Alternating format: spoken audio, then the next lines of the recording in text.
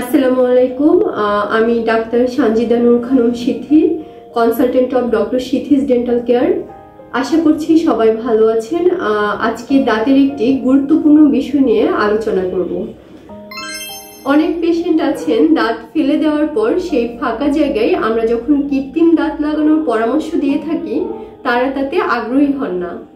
এর ফলে পরবর্তীতে যে জটিলতাগুলোর সম্মুখীন হতে পারেন। চোয়ালের একটা দাঁত নেই, ওই জায়গাটা যদি ফাঁকা থাকে আশেপাশের দাঁতগুলো ক্ষতিগ্রস্ত হয়। পাশের দাঁতগুলো ফাঁকা পেয়ে ফাঁকা জায়গায় হেলে পড়ে, উপরের দাঁতগুলো নিচের দিকে নেমে আসে।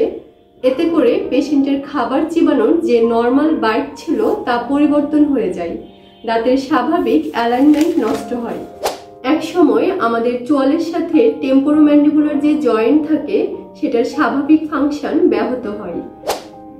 ফাঁকা জায়গায় পাশের দাঁতগুলো হেলে পড়ার কারণে পেশেন্টের সামনের দিকের দাঁতগুলো ফাঁকা ফাঁকা হয়ে যায়। দাঁত না থাকার কারণে চোয়ালের হাড় ক্ষয় হয়ে যায়, পাতলা হয়ে যায়। এতে করে পেশেন্টের ফেসিয়াল স্ট্রাকচার পরিবর্তন হয়, বয়সের আগে বয়স্ক ছাপ পড়তে পারে। ফাঁকা জায়গার চারপাশে দাঁতের বিন্যাস এলোমেলো হওয়ার কারণে ওদিকে ব্রাশ করলেও দাঁত ঠিকভাবে পরিষ্কার রাখা সম্ভব হয় না।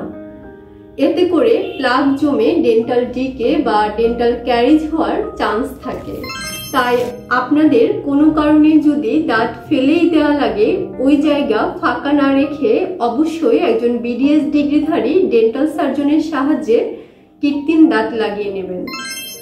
আজকে এ পর্যন্তই। সুস্থ থাকুন, ভালো থাকুন। আপনার দাঁতের যে কোনো সমস্যার জন্য আমাদের সাথে যোগাযোগ করতে পারেন। আমাদের চেম্বারের অ্যাড্রেস ডিসক্রিপশনে দেওয়া থাকবে। ধন্যবাদ সবাইকে।